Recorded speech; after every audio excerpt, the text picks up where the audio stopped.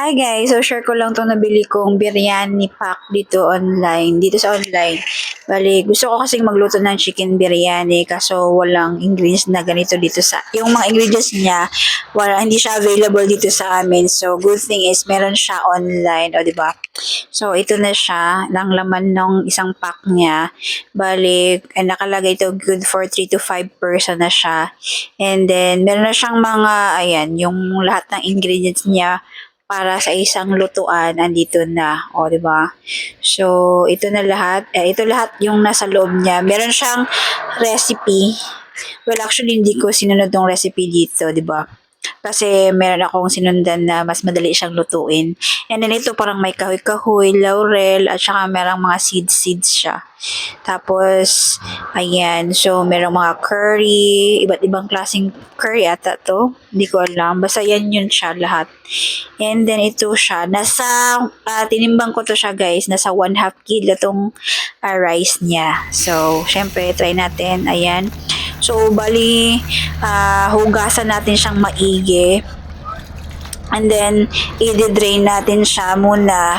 Tapos, ibabad natin siya for 45 minutes. Habang binababad natin, timplahan na natin na yung ating manok. So, nilagay ko na lahat yung ingredients niya dito. And then, naglagay ako ng yogurt.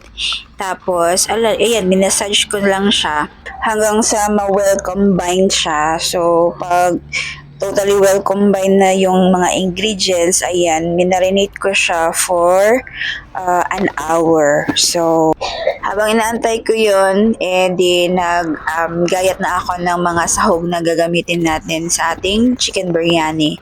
And then, nagpakulo ako ng tubig, tapos sinala ko na yung basmati rice na ating binabad, and then nilalagay ko na siya dyan. And then, ayan, nilagay ko na yung mga kahoy-kahoy, laurel, at saka yung mga seeds niya. And then, pinagaan ko ng konting lemon. Tapos, nasa high heat siya, guys. Hinalo-halo ko, nasa 10 minutes ata yan siya. Then, sinala ko after, and then sinat aside ko muna. Tapos, pinrito ko na tong mga sibuyas until mag-golden brown na siya. Tapos, kinuha ko yung iba kasi ipang tatappings natin siya mamaya. Then, nag-add na ako ng luya and then minced garlic. Tapos, nalo-halo ko muna bahagya bago ko nilagay itong kamatis at saka konting sili. Then, hinalo kong maigi hanggang sa maging anyan siya. Parang juicy na siya. Nung okay na, ayan, nilagay ko na yung chicken na minarinate ko kanina. Ayan. And then, syempre, hinalo-halo kong maigi para mag-even yung lasa niya. Tapos, ayan, tinakpan ko muna. And then, nakita ko parang masusupok naman siya. Hindi pa siya nagpo-provide ng sarsa. So, nilagyan ko ng konting tubig. And then, hinalo-halo ko again. Tapos, tinakpan ko ulit. Then, yung nakita ko na ayan, meron ng mantika. And then, sure na ako na luto na siya.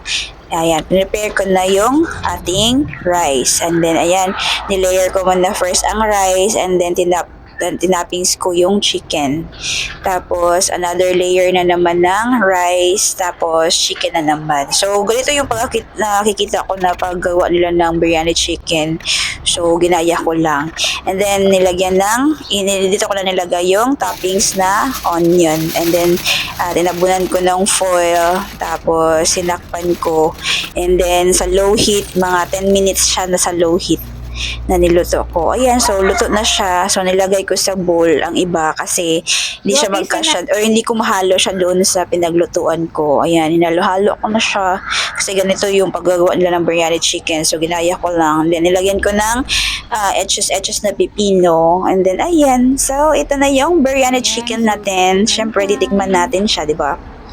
So, actually guys, to be honest, hindi ko masyadong gusto or hindi pa siya pasok sa panlasa ko yung biryani, or chicken biryani. Pero, or ganito siguro yung panlasa ng mga Indian, hindi ko alam. Pero nung nilagyan ko na siya ng chili oil, ayan guys, sobrang na-appreciate ko na siya. Pasok na siya sa panlasa ko, di ba? So kung gusto niyo rin matry yung Indian cuisine nila na chicken biryani, try nyo rin guys. Bili kayo nitong biryani pack. Diba? Yun lang guys. Thank you for watching. Bye!